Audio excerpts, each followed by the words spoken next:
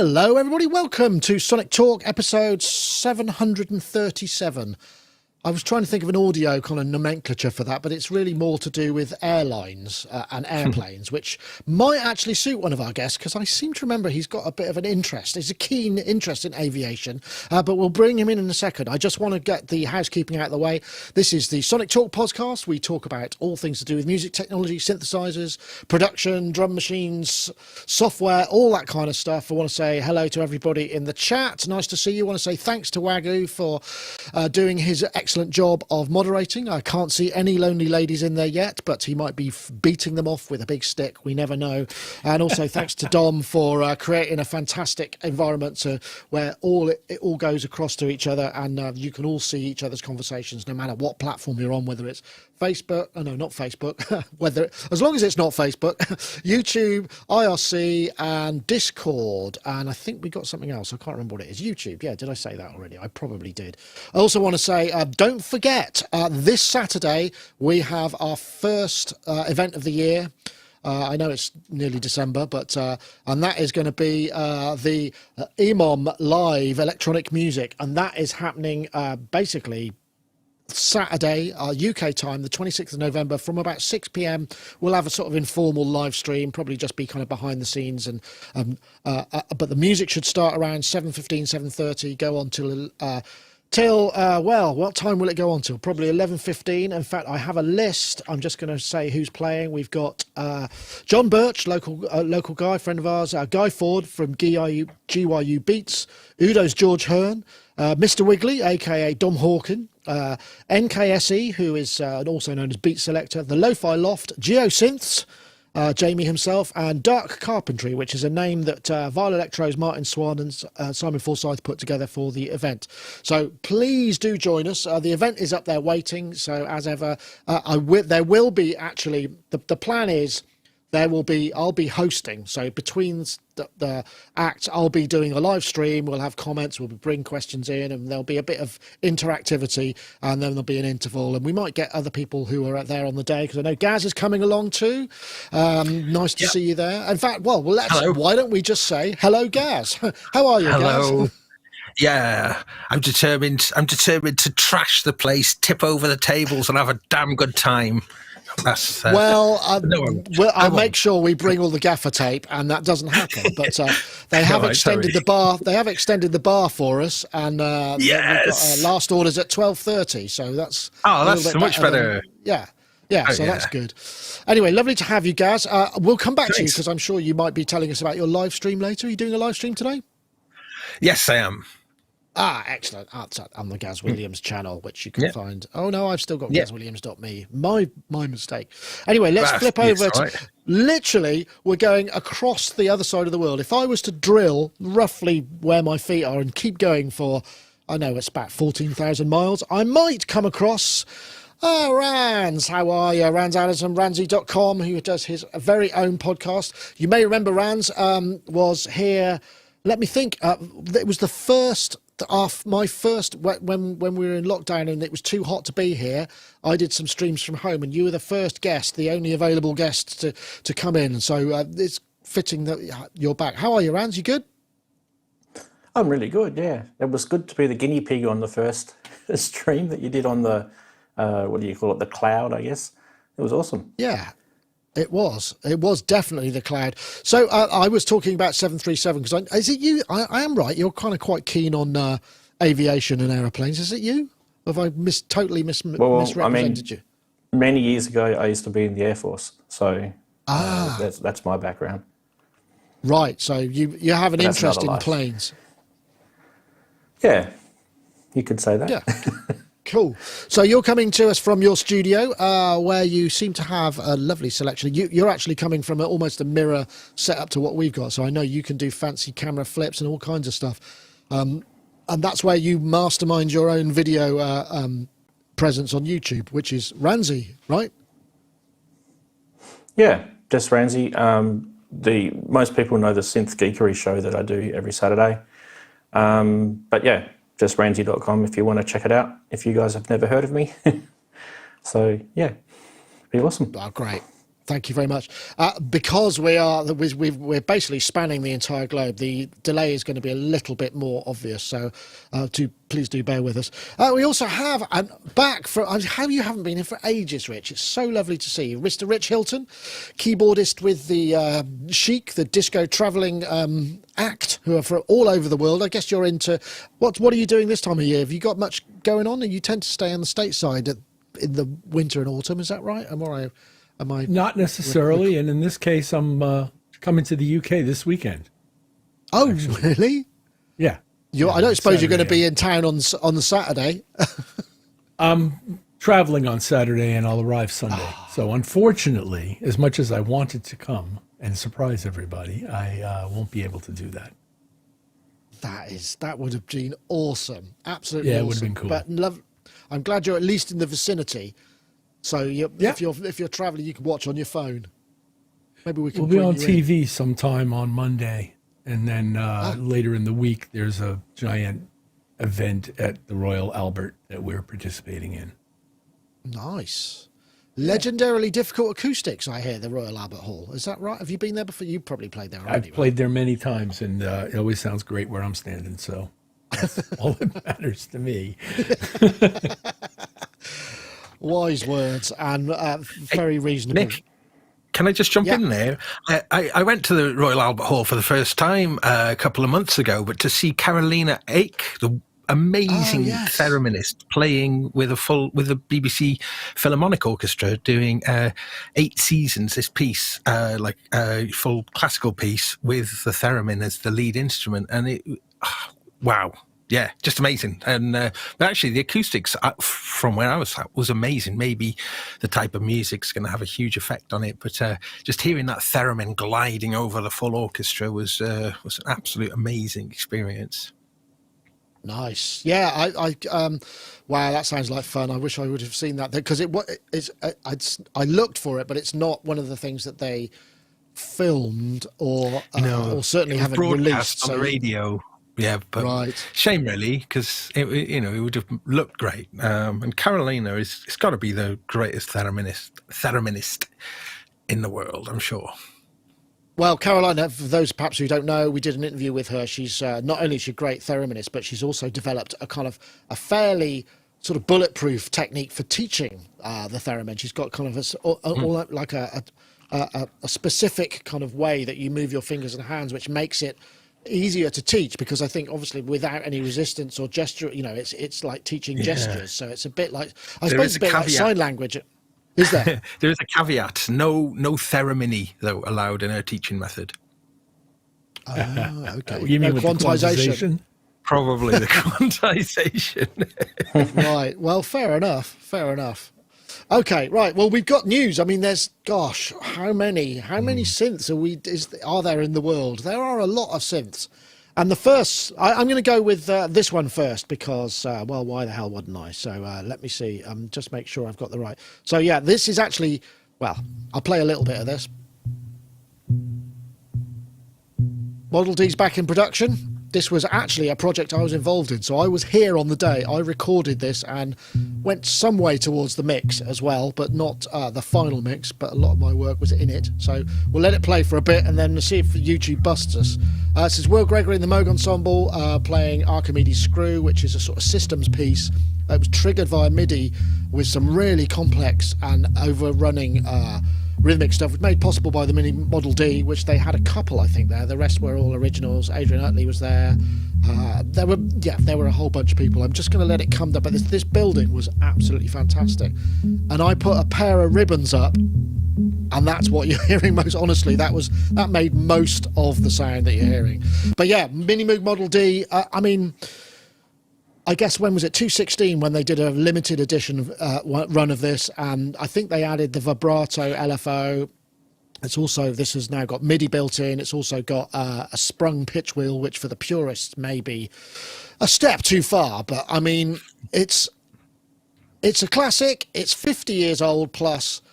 It's being re-released. It's nearly it's $5,000, £5,200. I mean, it's a lot of money. I mean, you're really going to have to want one, I would say, for that. I mean, fair play, but wowzer. I mean, it's a bit rich, I think.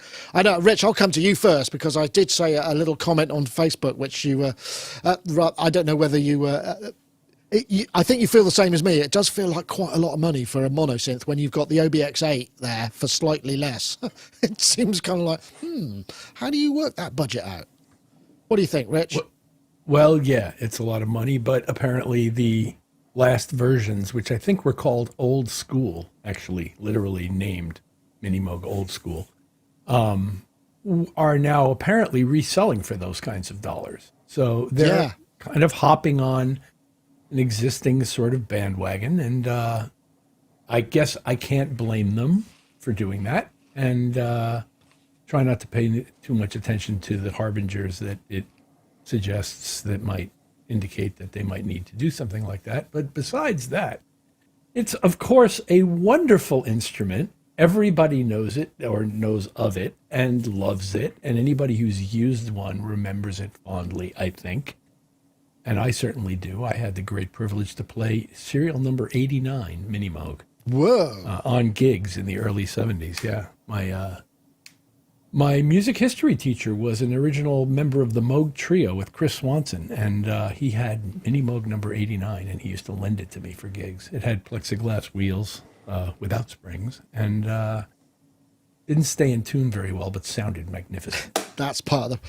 I can confirm that being there on the day, because I was involved in the recording of this, that I can talk about this at great length if anyone's interested, but there were 2 days. There was a day of rehearsal and then day of recording. Day of rehearsal, we were there, and you'll notice, I don't know if you can see in all the close-ups, there's a tuner on the Minimoog, because there was, every time we did, because quite often we did, I don't know how many takes, like 20 takes, I think, on the day, and I would say at least 5 or 6 of them were aborted because the tuning had drifted between, the beginning and the end, or, of it, and so we had to stop, and it was like, that's a shame, that felt good, but what you hear there is essentially an entire performance done, and then that's the one that was chosen, and then we did playback, and they did the kind of camera extra stuff to that original playback, so it's quite legit, but interesting. I don't know, I mean, Minimoogs are special, right? I mean, there's no denying it, but it's the greatest synth of all time, really, isn't it? I suppose, in terms of its history and what it's achieved. I've always really wanted one. I was fortunate enough to borrow Thiepel Sandra's for a number of months, 20 years ago or so. And I think it was the first synth that I truly understood it. Really, it's really lovely to learn on as well, isn't it? It's a great instrument that just has, oodles of character and pretty much unlimited depth for a mono. I think and it has that unmistakable sonic imprint as well, doesn't it? It's an absolute classic, and it should be for sale. It should be back. So I'm really glad to see that. I mean, the price, it's expensive, but I mean, it is. There's going to be a lot of, there's all that woodwork's all beautiful and all that. Yeah, I would prefer it if it was cheaper, but my car, I could have bought 3 of my current car for that price. Which is, but I think when the Moog One came out, and I was quite critical about the price because I was thinking it was catering just to very makes it look like good value, there, doesn't it? But I was kind of roundly scolded for that stance. And I think I've kind of shifted a little bit into the idea of it's nice to have aspirational instruments as well, things to kind of, to really save up for. And it probably, I'm not sure if you do the inflation calculator, it's probably something similar to what it used to cost back in the 70s, I suppose, for what is probably quite a much more useful instrument.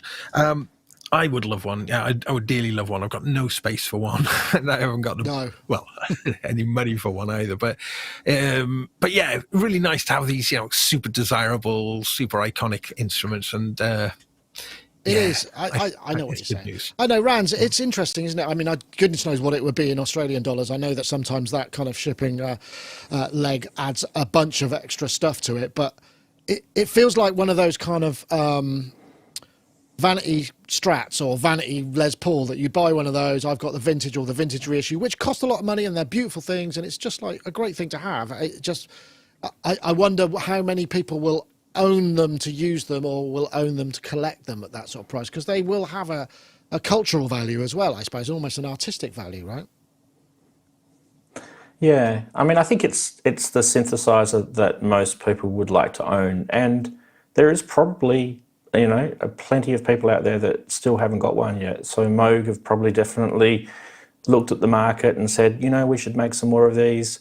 We can see these things are going nuts secondhand and used on the market. So, you know, maybe not for me, because, I mean, dare I say it, I just use that.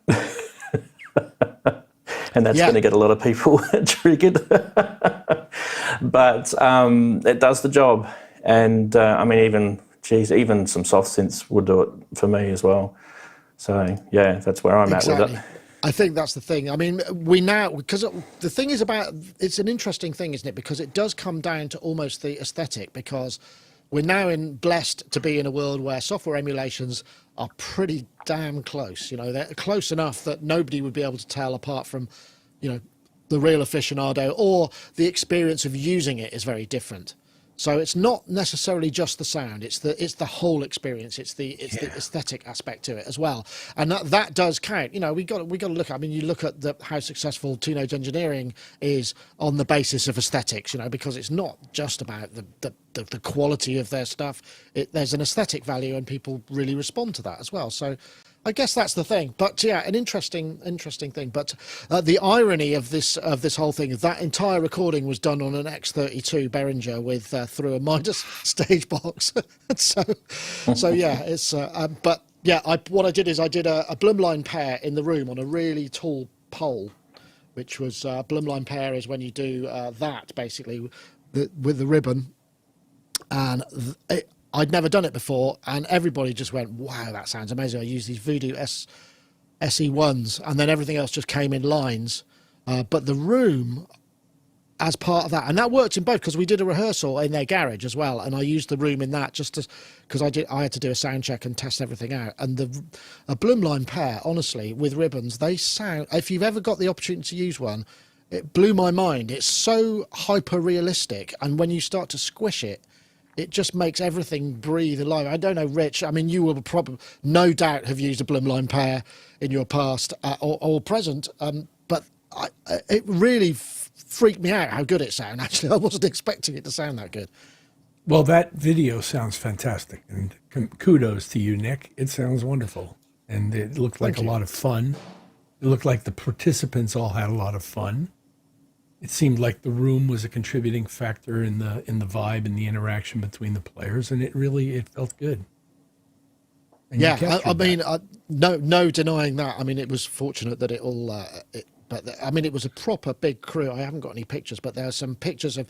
They had these kind of giant light balloon things that were floating either side of the stage, which were, I don't know, they must have been about 25, 30 feet across, filled with helium with lights in that created this kind of sense of daylight. And they had a crane and a gaffer and an electrician. It really, I was like, wow, I've never been anywhere like this before. I'm sure you have, Rich, with your countless TV appearances, but no, I'd never seen anything like that before. Astonishing. But yeah, Blumline pairs though, Gaz. Yeah. Gotta do it. They sound fantastic.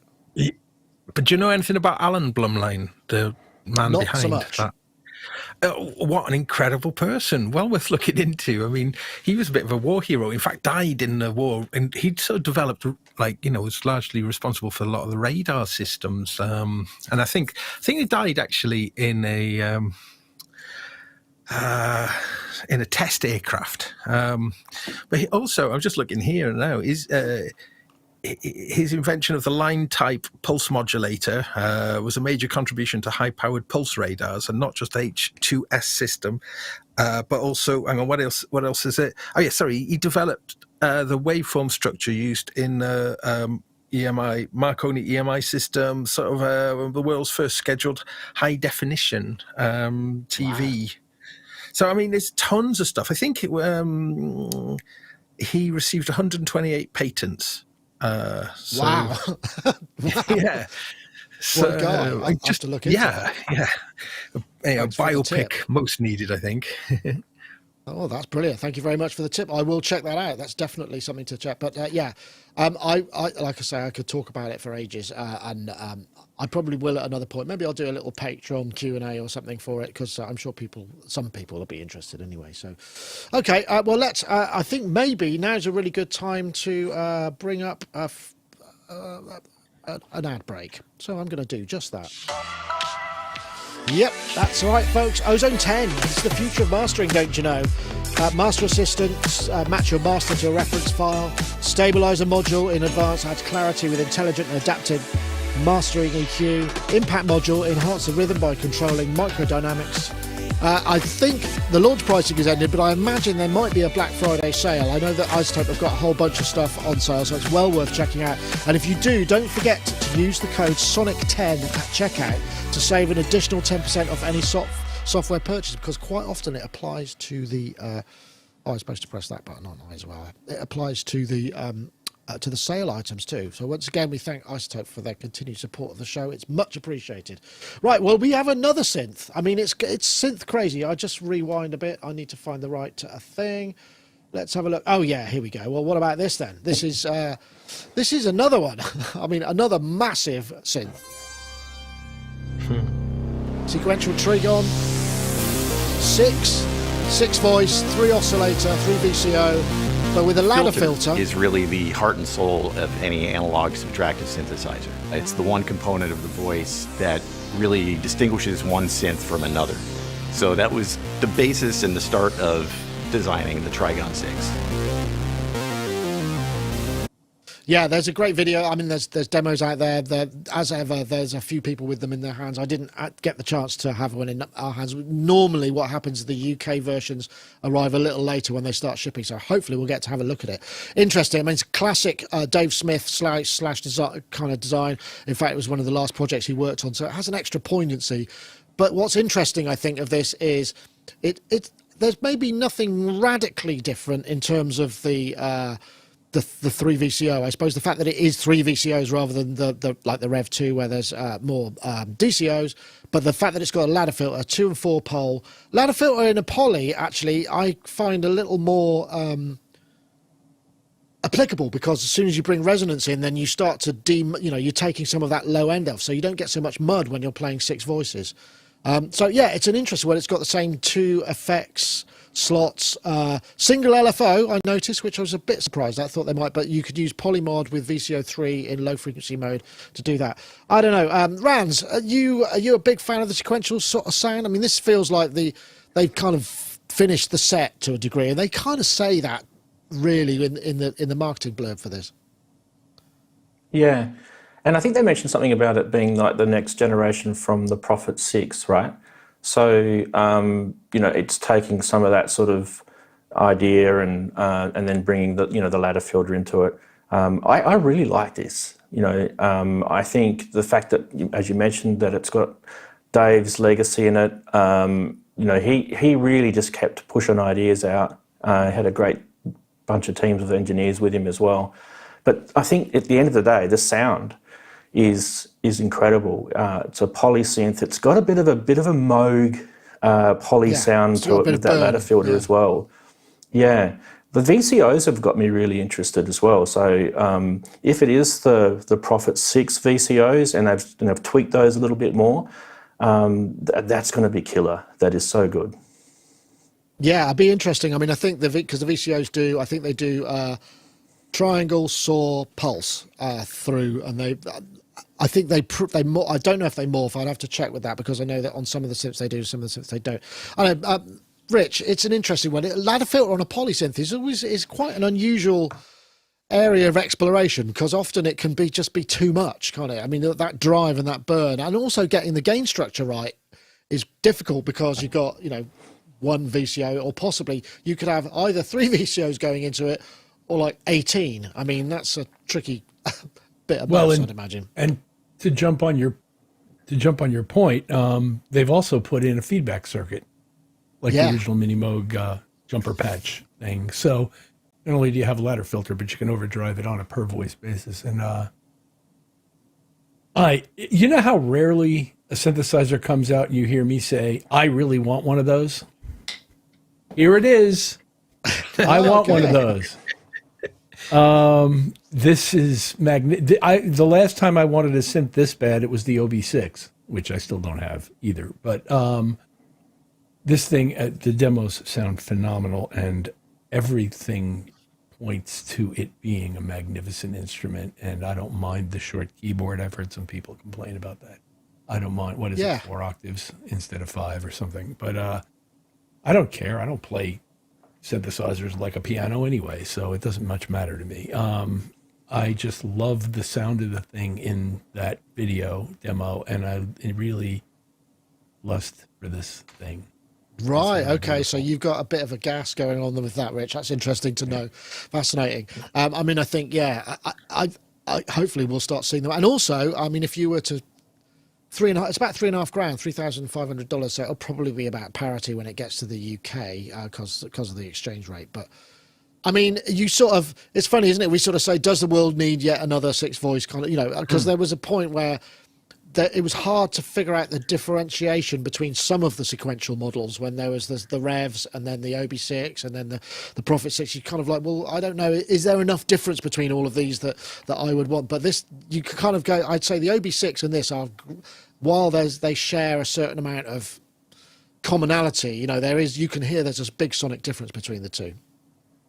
Yeah, and I think it's, I was reading Francis Preve writing on Create Digital Music, was kind of talking about how it's very, very similar to the Memory Moog in terms of its layout, and also, it's almost is like a memory. It's like a Memory Moog for the, the 21st century, and it got me thinking then about how these are the great trio of American synths then that Sequential have now got with the Prophet 6, the OB6, and now Trigon-6. And I thought, oh yeah, okay, that makes sense. It makes sense. You've got all of that, and that whole kind of Memory Moog thing, I think, is something I've always been really fascinated about. The Memory Moog, just wow, a poly Mini Moog. And when you listen to the demos of this, it has got that going on, hasn't it? That really, I think Rich certainly seems to be agreeing. Yeah, and also, losing Dave Smith, which was huge loss for us all. I mean, it's family first and foremost, but all of us. So it's really nice to see something which is, his final thing. And it did get me thinking a little bit about Dave Smith, because I wasn't on the show or didn't do any streams around the time of his sad passing. But it did get me thinking about the time we did an interview with Dave at Superbooth a few years back. Yeah.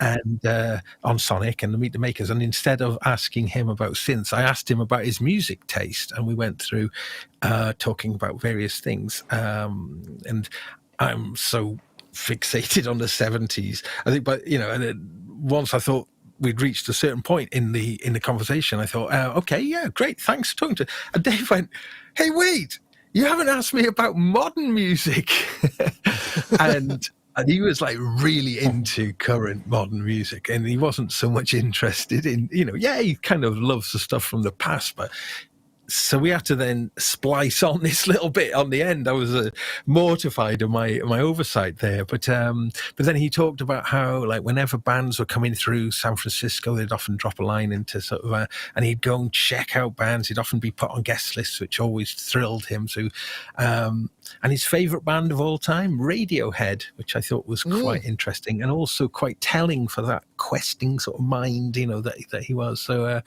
I just thought it was a lovely little story there about just what a wonderful, forward-thinking man he was. And so to see this now and it being, his sort of final piece really is, is quite moving, really, I think. Well, I hope it does. I mean, it's got the form factor is was it the Pro 3? I can't remember what. Oh no, Take 5 kind of format, isn't it? That sort of shorter keyboard. In fact, the Take 5, we reviewed it here. I think it went to Steve Hillier. Steve Hillier snapped it up because what they usually do with the sequential stuff, because they ship it from the States for the reviewer, and then once it's sort of reached the end of review line, if you're not getting first, then it gets offered in order. And I've passed them on. I haven't actually bought any of their stuff because I just don't have that sort of cash to spend on synthesizers. I get there's a lot of synthesizers in my life already. I don't need to own any more, but I'm pleased that it got moved on. But I'm really looking forward to trying this out because I'd be interested to see what I feel about the nuance of it. Because I know what I said about the OB6 was it's like the OBX8 is fantastic, but it feels like it's a bit muscle, whereas you can get a lot of what that gives you in the OB6, but you get additional stuff. It's not as pure and it's not as kind of lush, but it's pretty damn close. So like you say, they have a kind of the triumvirate of modern analog synthesizer, polysynths. Pretty cool. Okay, right. Well, I mean, you spoke about music trends there, Dave. Gaz, I'm wondering whether or not we dare approach the thorny topic of this one, which is just it's an interesting thing. Let's just bring it in. And what I'm going to do is I'll throw this up here. I might need to press a button. Yeah, this is an interesting. We might need to break this in half a little bit. This was a piece on Yahoo News. It was just an interesting thing which I picked up via. I can't remember, Music Radar, I think it was. And it's really, this person, Ian Jones, listened to 1,400 UK number one hits and just kind of rough trending. And it was just quite interesting. So the 1,400, that would probably cover 10 or 15 years. Well, 1952 to 1922. So number one singles, admittedly, not necessarily the 1952 to 2022, beg your pardon. So key changes are out, apparently, in terms of trends. Just some interesting trends, I thought, here, which were... that one was out. What was that? There's some more in here, I thought. Oh no, I'm supposed to press the button, aren't I, for more? I thought this would show up, but it's got one of those little buttons you have to click to story continues. So, yeah, no key changes. Fade-outs, big down on fade-outs, suddenly coming back into vogue at the moment, but nothing like... And then... in a minor key. Minor key that's really interesting as well. I mean, I don't know whether it tells us anything particularly qualitatively. All female acts, good to see kind of approaching, it's getting up there, still only 25%. Featuring non-white artists, good to see as well. I think there was something else, wasn't it? Key changes are definitely out. I know, Rich, you find this amusing. I mean, it's interesting to take music and statisticalize it like this, isn't it? But I just wonder... whether this throws up any information of any value for you personally. Do you find there's anything you can take from pity that this? Poor bastard who had to listen to all of those songs and actually come up with some bullshit like this. How's that for an opening line? Then moving on from there, if I were to use anything like this in my creative process, it would be to do everything they say not to do. Because the last thing I want to do is start my creative process based on what somebody else has decided. Well, yeah, okay, yeah. I mean, short of an artist that I'm servicing in the session environment, in other words, a collaborator, short of the collaboration aspects of it, the idea that somebody's going to look at this list and go, well, that's it. Minor keys for me then, and 4/4 all the time, and God, it makes me want to do everything else. I want to write pieces in prime numbers that feature nothing but major and Lydian and Locrian and everything but minor. I mean, it's just call it the rebel in me, but this kind of stuff just really drives me across the room. It's interesting. I had a thought about this. I mean, yes. I think this means two different things. I think because for the creator, I can totally get your reaction. For the consumer, showing the trend of what seems to be more successful, I think it's more worrying for me because it feels like as technology enables us to do more and more complicated and more off the wall things, our desire to have them seems to be, as consumers, seems to be dropping. So it means inevitably, to me, I think that we're going to end up with AI written stuff because that's what seems to work. I mean. eventually. I don't know. I know that's a contentious viewpoint. What do you think, Rans? Does it mean anything like that to you? I've always thought there was a conspiracy going on here. This is the sausage factory, isn't it? This is the secret formula that these record companies want to squeeze the music in and then pop it out the other side. So, nah, just kidding. I'm with Rich. I would not listen to that sort of stuff at all. It would just be not good advice. Just go with your creative flow and do what you want to do. Do what you think sounds good. Don't listen to those people. They don't know. I think that's an entirely fair point. I know, Gaz, I have a feeling you'll probably be much of the same mind, but it is interesting. I mean, you do more mastering, right? Which is maybe stuff that you wouldn't necessarily have worked on that comes through, or you have done. Does any of this chime with what you get through with the people that you work for, or is it less about... Not really. I typically work with more older artists, really, I suppose. More, I don't know. Not really the things that I work on. And, God, I mean, there is a lot of things going on here, which I think it's just really, really sad.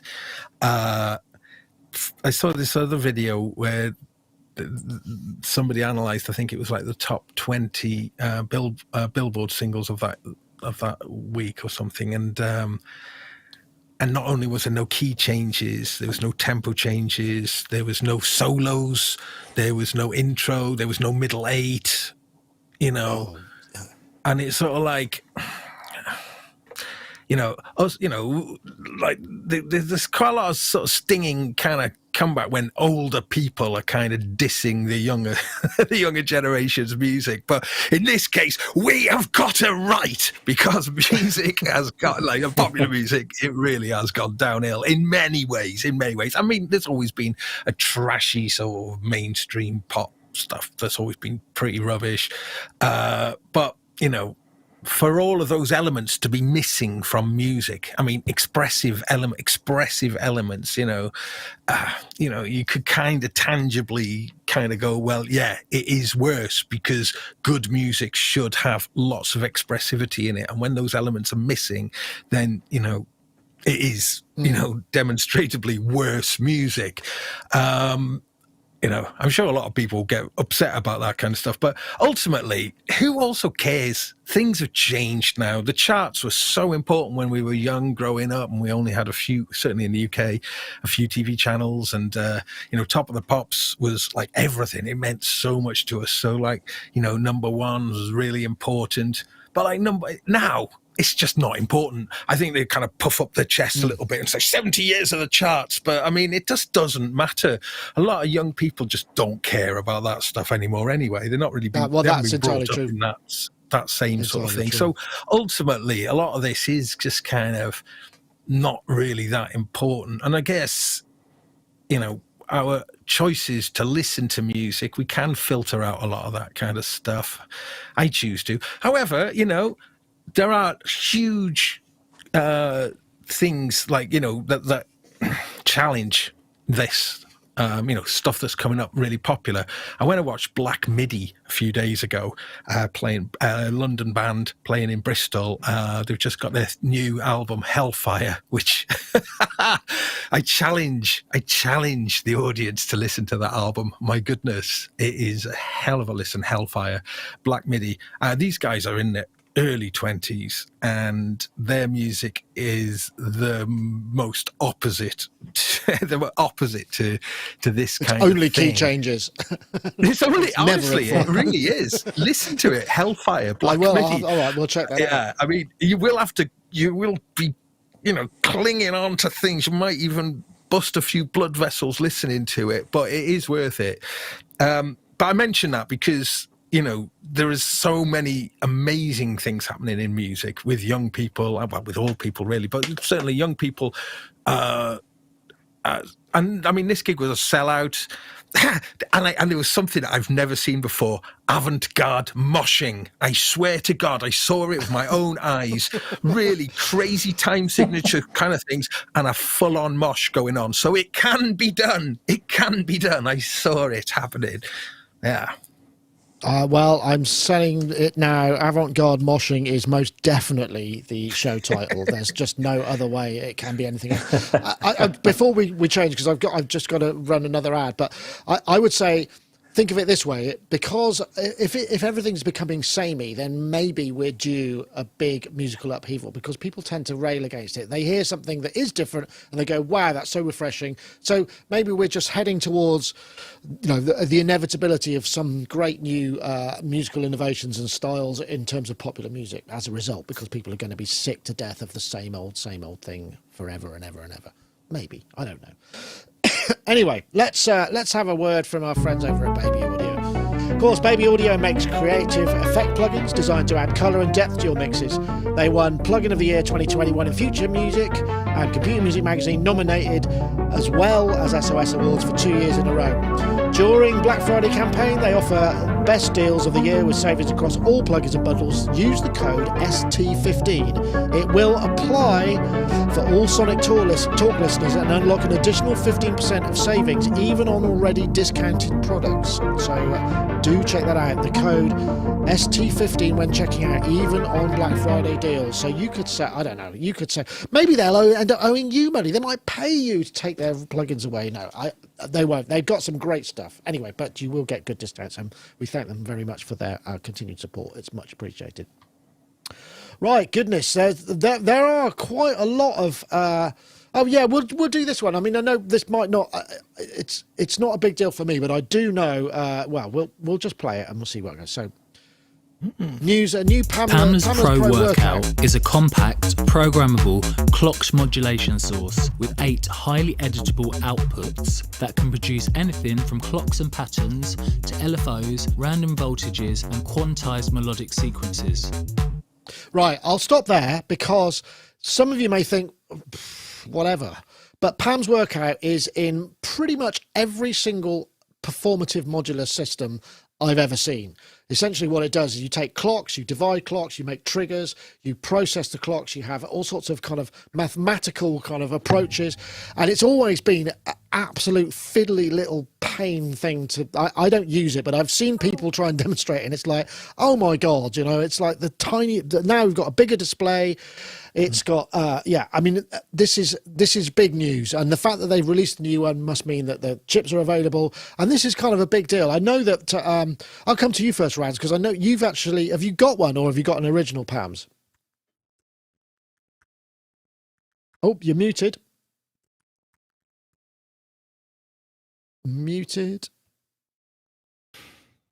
There he is. I hear you. You're back. I don't hear Ranz? No, I can't hear you. He's gone. Oh dear. Okay, right. Oh, he's pointing at one of their modules. I see. Yeah, I can't hear you, Ranz. You went away audio-wise. Your audio's gone. Your vocal mic's gone. Nope. Maybe you've got auto mix on. Yeah, okay. Well, I'll come to Gaz. You figure that out, and we'll come. Gaz, you've probably got one of these, I'd imagine, haven't you? I mean, everybody seems to have. Right in front of me. Yeah. I think it's fairly straightforward to use. I do think, however, the screen is too small and too dim. My one certainly seems a bit too dim.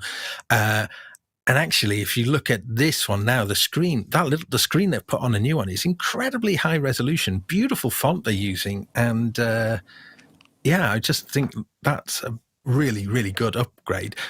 It's the same in terms of the same amount of size and the same amount of sockets and things on there. I think that I've got a run input and a clock input. I think you can repurpose them to have them as extra as CV inputs now as well. So that's a new thing. Right. There's a new processor, so the innards are kind of different, but exterior wise, it's virtually the same looking, other than that new screen, no other buttons off. So the workflow is essentially the same. And I think that workflow is brilliant. And it kind of works in this, from the kind of top level, you just can rotate the dial, and you go from tempo and then through all 8 configurable outputs. And then you press the dial, and then that takes you in, and then you can adjust it. Press it back, long press takes you back out, and actually it's really, really, really good. I think it's a really elegant programmable system. however, hampered a little bit with that screen. So this is great, this new thing. There's also a bunch of new extra features as well. Like one thing you didn't mention when you were talking about its feature set, it will work as like a pitch quantizer. With the waveforms, you can actually sequence, you can do Euclidean rhythms and this kind of thing. And it's sort of got like Turing machine type thing where you can kind of loop voltages. God, I almost sound like I know what I'm talking about now. You do. Well, I think we've got Ranz back. I think we got Ranz back, so maybe we can go back to him. I think we got. Hooray! Sorry about that. I don't know what happened. You can hear me okay? Or maybe I can. Yeah. So have you got Pams Pro there, or have you? No, just the new workout. So this is mine is the second version. So there was Pam's workout, then Pam's new workout, and obviously the new one. And really the big difference is the screen, because a lot of people complained that this screen was not bright enough. And you can even see that it's actually quite dull. And even me looking at it, if I wake it up, that's about as bright as it's going to get. So, and a bigger screen, obviously better. But even still, don't go selling these, because you can actually link them. You can use multiples that can clock each other. So if you've got an old Pams or a Pams new, they're still useful. They still do exactly what they're supposed to do. One of the best clocks for Eurorack, if you've ever got one. I actually drive mine from Ableton. So I've got USB going into Ableton here, and this is an Expert Sleepers, and then that's driving the clock of Pam. So I can actually start and stop the clock of my whole modular system through Ableton, which I think is, it's so good. And Gaz said everything else that we needed to say. So, yeah, definitely cool that they've brought the new one out with the bigger screen, that's for sure. Yeah, definitely. I think it's available now, $339 US. Rich, I saw you nodding along there. I mean, it is really a very powerful clocking and triggering system. I mean, and pitch quantizing. It does so many things. Like, it's sort of one of the ultimate utility modules, I believe. There are others, but Pams is probably the most original and well used. Well, I had never seen this thing before, and I wasn't familiar with its history or any of that. But as I watched it being demonstrated, it reminded me of my time using the Dr. Click in the 1980s, which would generate shaped control voltages at pretty much any rhythmic subdivision. And that was incredibly useful to me to be able to do in 1983, and take, for example, a delay with a control voltage input and be able to run a flange in time with a bar line, which is something I did a few times. So the availability of those kinds of things in a rhythmic context for your music to be applied in any way that you choose is incredibly valuable and incredibly interesting and multiplies your possibilities. And this thing does far more than the Dr. Click did. The Dr. Click had two independent control voltage generators with variable waveforms, and each with an independent timing control that would allow you to subdivide whatever you wanted. But this thing includes probability and all kinds of other aspects that allow you to create as much or as little randomization as you want within all of that. And I was really, I know if I had one of these rigs, I would definitely want stuff like this in it. Yeah, that's the thing. I mean, it seems to be. I know Ed, who did loads of our modular stuff, he did 5 minutes with a sort of 5U modular case, and Pams was pretty much always there. That was the constant that would run kind of everything else. Just wanted to say, Ken Lewis says, joy to see you here, Ranzee. Thanks for staying up late. I don't know what time it is where you are, but it must be epically. Has the sun come up yet? That's all I need to know. Can you see dawn? It's not that bad. It's 12:50 a.m. It's not that bad. I'm usually up this time. So. That's all right. Phew. Thank goodness. I thought it was nothing. Like 4 a.m. or something. It's nothing. Nothing. Anyway, yeah. Well, Can I just say one more thing about Pams? It's one of the things that is, well, in my case, I had a dream, and in my dream, Mylar Melodies came into my dream and tried to convince me to get a Pams. So next day I went out and bought a Pams based on so this this dream that happened. But It's a bit strange. That's the ultimate sales pitch. That is really, yeah. When we get to that stage, then we're done for, aren't we? Forget Facebook. I didn't know what it did. I didn't know. I just took that dream sort of mission as, but what it does do, and the reason I'm saying this is, especially if you are taking your first steps into modular, like I was or am, it can kind of bring everything together, and a big yellow button, starts everything off, stops everything. I've got mine as well. It sends resets out to everything as well. When you stop it, it'll send a reset out to any of the things, any of the sequences. So your sequences will start in time again. That's a nightmare, isn't it? Everybody goes, yeah, clock's great, but then as soon as you actually use it in anything, you've actually got to stop everything and reset it to zero. You can't just kind of stop playing and start again. Yeah, that sounds incredibly useful. It can really kind of make sense of everything, I think, and I think that's why it's so popular. It can become like the central bit, and a big yellow button as well is a winner. Always. And am I right in thinking is it in homage to Pamela Anderson? Am I right in that? I wasn't sure, because I'm sure the workout videos. I think that's right. Just which is pretty random. I have no idea. ALM, Pams, all their names, all their modules have got really strange, puzzling names.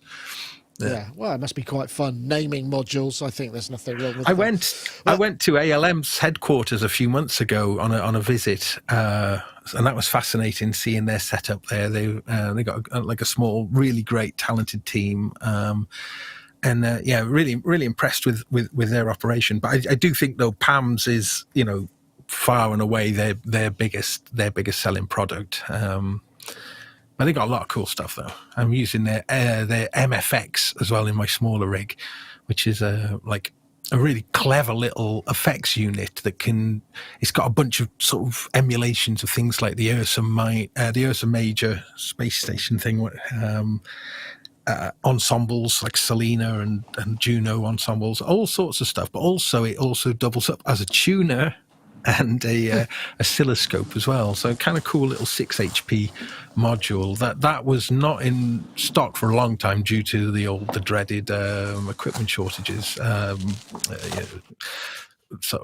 component shortages. But that's now back around, and so that's worth looking at. It's a really interesting little module as well. Similar operation. Want to put this one in here quickly. It's not a question, but Rocky67 says, hope you get to mention the new module from Expert Sleepers, the Pandora. I love it. It's the fifth one named consecutive. I think, is the Pandora the analog filter that they've just released? Oh, hold on. Wow, what's that? That looks interesting. Oh, that's the Sid Guts. This is the Sid Guts Deluxe.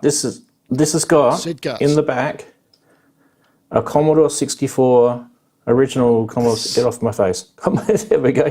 Commodore 64 SID chip in it. There's a real Commodore 64 SID chip from that famous old 80s computer, and then this brings all of the SID chip features to modular.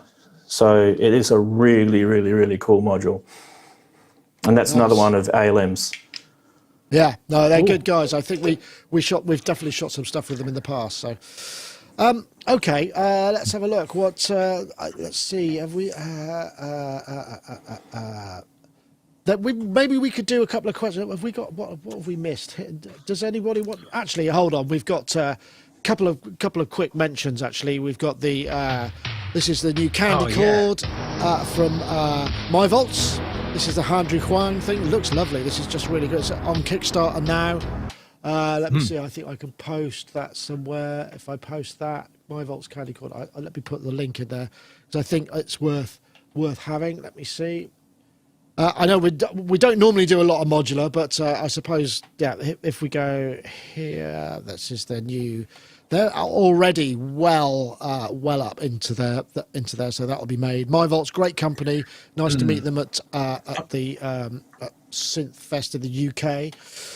There's another quick one. Oh, sorry. I've just got some. You've just got them. I've just got some. Yeah, so I'll be using them tonight, so we can see them in action. But they're Yeah, and you can get them in different colours so they can light up with different LEDs. So you can use them to, so you can use the colours as a way of I think they're 2 for €19, which pictures. isn't actually too bad considering there's actual electronics going on in them. That seems quite reasonable. Available January 2023 for the rest of us. Oh, here we go. This is another quick one. This is 1973, Cherry the Audio's most new technologically advanced GX80, polyphonic synthesizer ever conceived, was released. which is a split between the Featuring GX1 and groundbreaking the advances in CS80. I mean, hey, velocity, and what a hold back. sensitivity, along with That's 4 astonishing, ranks isn't it? So, incredible yeah, sound this is quality. kind of The GX1 was a quantum leap forward fast forward from its that a bit. contemporaries. All GX is Cherry Audio's. I mean, digital that is a flag dense UI, but it looks like it could be a lot of fun. That's currently out. I don't know, have you checked out the Cherry Audio stuff, Ranz?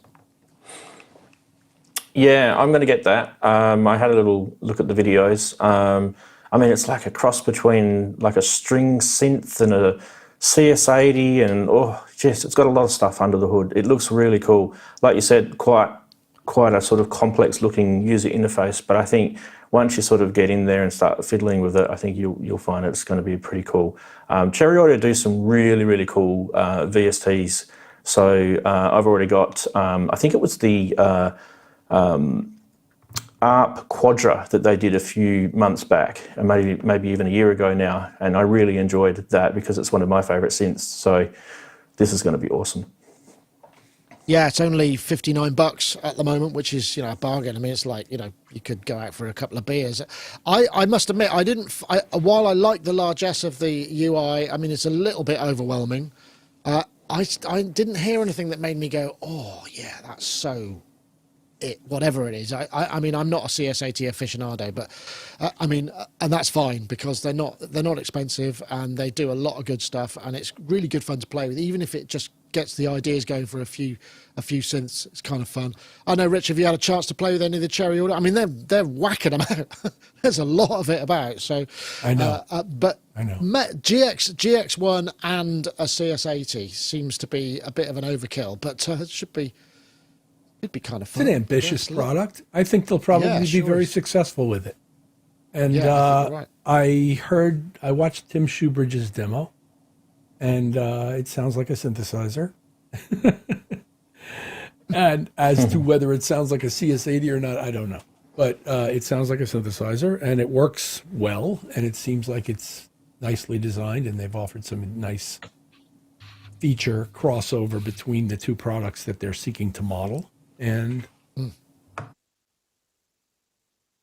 I look forward to hearing people making wonderful music with it. Yeah, I know, Gaz, have you tried it? I know you're not so much into the soft synth generally. It's not your kind of bag, but No. pretty ambitious. This is pretty ambitious, right? Yeah. I mean, so is the GS1, is that what Stevie did all that, like Pastimes Paradise? Was that, the GX1? Am I getting mixed up? Yeah. Yeah, I think so. Yeah, I think it was the GX1. GX1. Right. And this is a GS1 then, is it? No, it's a GX1 and a CS80.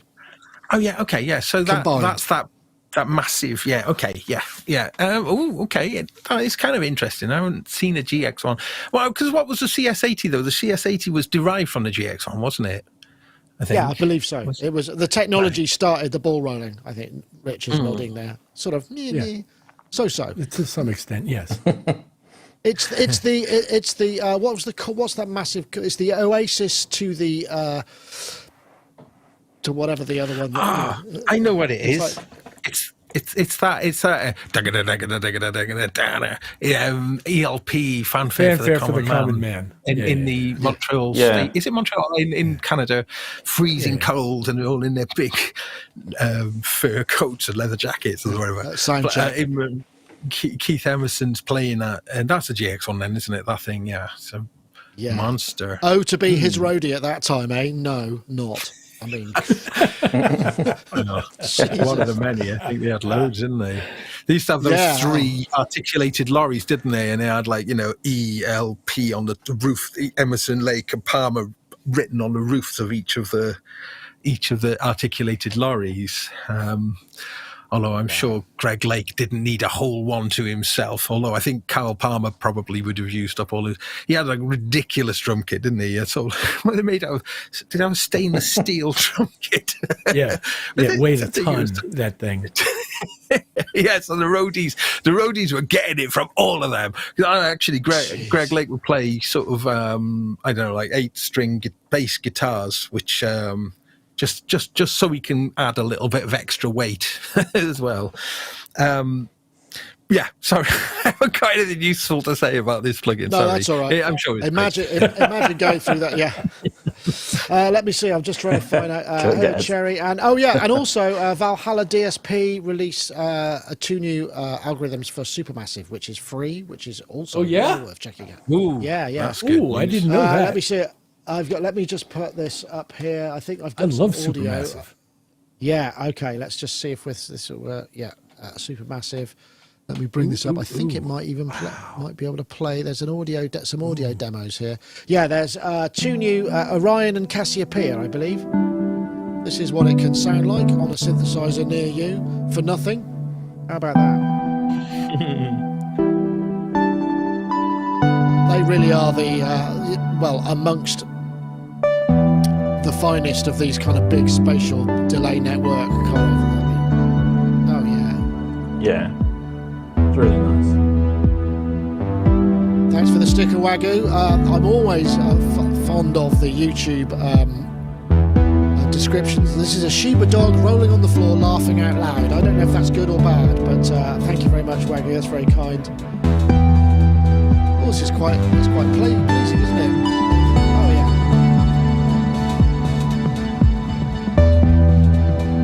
Oh yeah. I don't know. I'm just kind of zoning out a little bit there. That's the thing with those things. So you're keen on this one then, Rich? Are you going to be using Supermassive in your productions? I've been using Supermassive, and I just pulled down the one you just linked to because, yeah, absolutely. This thing is possibly the greatest piece of free plugin ever. Nice. This thing is great. Yeah, it's really I love good. this thing. Yeah. I would like to. I wonder if we could get the code to run on little standalone boxes like Pies or something like that. Maybe a VST player. That would be useful because then you'd have that sort of effect just built in. Yeah, go. Ranzee's got his. Look. Oh, you've got it. Are you going to play us something? This is the old one, so I need to update this. But it is. It's 1.5. I think we're up to. It really is incredible. Oh, it's more than Yeah, this is 1.5. Okay. Well, that was. I've got the wrong date. No, they're up to a newer one. I saw than 11th. Yeah, we are. Mine's 2021. I beg your pardon. That's my mistake. I rather messed that up. Beg your pardon. Di Stanton has also. No, that's not what I'm doing. I'm really messing up the buttons today. No, that's the one I want. A pint. That's the one I do want. Di, thank you. A pint for anyone at Emon doing something in 13.8. There's a challenge, eh? Well, that's yeah. Excellent. Nice call. That'd be awesome. I think we might do that. Yeah, that's a great idea. Well, we seem to be. I'm actually going to knock off a little bit. We're not going to get around to questions this week, just purely because I'm going to go to the Christmas market and see if I can pick up some Christmas presents because it's the sort of residence opening night tonight, so we could go down and have a look. So I want to say thank you to everybody for joining us. Also, I'm not sure if we're doing a quiz this year, but we will do some form of Christmas show. Quiz always takes a lot of effort from people, and we might take a break this year just because we're putting this event on and it's taking a lot of bandwidth. So I hope everybody's not too disappointed. I know it's a good fun. We've still got all the machinery in place, so there will be some fun, but lovely. So Ranzee, thanks for joining us. Can we have a karaoke? Can we have a karaoke session? That would be funny. Imagine that, like with all the different guests all having to sing karaoke. Not if you can't sing. That's even better. But I mean, maybe the songs could be picked by the audience. Well, yeah, I don't know about I know what I'm going to do. Why don't you do that? I'll tell you what, Gaz, why don't you do that on your show? I'm not a karaoke person. You're never going to get me to sing karaoke. It's just not my thing at all. That was the plan. The plan. Oh, I'm sorry. We've also got, I just want to say, there's another sticker. Gosh, a pear character flying through the air with a red cape. Not quite sure what that is. Thank you, Rocky. Very kind of you.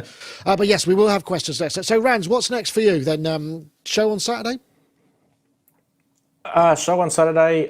Maybe I might practice auto-tune into a vocoder just for Gaz. But yeah, Saturday, 1 o'clock UK time. Excellent. Well, that won't clash with our actual event, which is on the 26th, on Saturday at 6 o'clock. So perfect, unless you do a 12-hour stream, which I'm guessing you probably don't. No. But, yeah. Well, there'll be a nice break. Lovely to have you. People will be able to get some refreshments. Yeah, nice. No, lovely to be that's here. true. Thank you. And Rich, thanks for joining us too. I hope your upcoming flight is all it can be, and you get the finest snacks and beverages and refreshments that the airline of your choice can offer. Thank you very much for that, and I look forward to seeing you in the UK sometime soon. And really enjoyed the show. It was great to see all of you guys. Yeah, thanks very much, Rich. A real pleasure. And Gaz, thank you. So your show's on at 8. Have you got a theme for this evening? Yeah, well, actually, I think I've just decided just now. I think I'm going to look at the MFX from ALM sort of in some detail in my little kind of small little rig that I've been having a lot of fun with, because I can take it into the living room and a noodle away. So I sort of set. I was when you popped over last week, that little rig. So I'll be playing on the little rig with those My Volts cables as well, actually, so you can see them in action. So I'll be Turn the on lights at 8 p.m. tonight. Oh, nice. Yeah. Excellent. Actually, we should point out we went over to it was the Bleep Club, wasn't it, with a K? Bleep Club. If you're interested in the Bristol area, do head over there. I know a couple of the people are coming to our event on Saturday, and they've got another event on the following Monday, which is in Bristol at All Hallows Hall. Is it? All Hallows Hall. Road, Yeah, All Hallows Hall. All Hallows Hall. So yeah, Bleep Club on Facebook. Look that up because it's so that's like an open jam for any electronic musicians, but also a really great element is also open for people into visuals and visual synths and the like. So if you've got like a projector, it's a fantastic hall, isn't it? It's a really great big hall. Good. So you can project up. So a mixture of kind of visual artists and synth and electronic music artists. So it's completely free, and it's every fortnight. So next on this Monday, highly recommended. I will, well, I think we're going to go over and shoot something with them at some point. It'd be nice just to see, because it's just such a great event. Anyway, that's enough rambling. Don't forget, do come on over to our event. The live stream will be starting around 6 p.m. on Saturday. It will be in our live events. There will probably be 2, because what I have to do is I set the first one up, and then if the stream drops, I need another one I can join in really quickly. So there will be 2, but I'll call it backup stream, and then we'll know if this one's not working. That's where to go, because unfortunately at the moment we're using Wi-Fi at this place. Even though I get 200 megabits up, which is fast, it's still Wi-Fi, which can be a little bit sketchy. So wish us luck. There'll be lots of fun. Anyway, that's it for this week. Thank you, everybody. Thank you so much. It's been great fun as ever. We'll see you all next time. Take care now. Bye-bye.